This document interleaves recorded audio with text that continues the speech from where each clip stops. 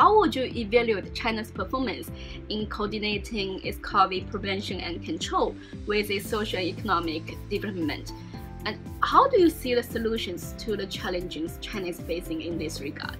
Well, China's had just hugely greater success than any other country in the world, both from the point of health and the lives of its population, which I consider is the most important. Let's just take the comparison to the United States.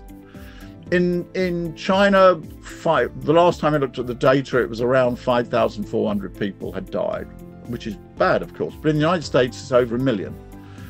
If you'd had the same number of deaths in China, you would have 4.6 million people dead, as in the United States. So the Chinese government has saved the lives of over 4 million Chinese people already.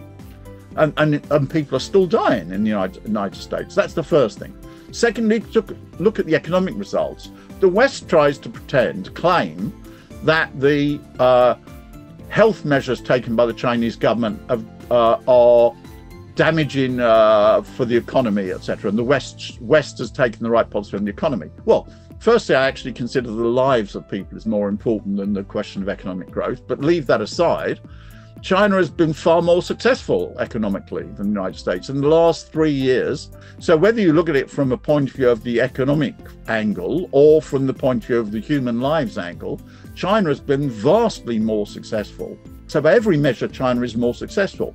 The challenge to China, which is going to be very difficult to deal with, but which, given its success of the Chinese government, it will certainly tackle, is the problem is that COVID is still not under control in the West. It's not remotely under control, and it's spreading seriously. And this poses challenges, obviously, for China, because China is therefore, so to speak, attacked from outside by the foolish policies of the West on COVID. So this goes right back to the beginning. The situation in China is good and developing, but there are significant problems in particular in the West. And China, of course, can't isolate itself from the West, and therefore will have to deal with these problems which are introduced from outside.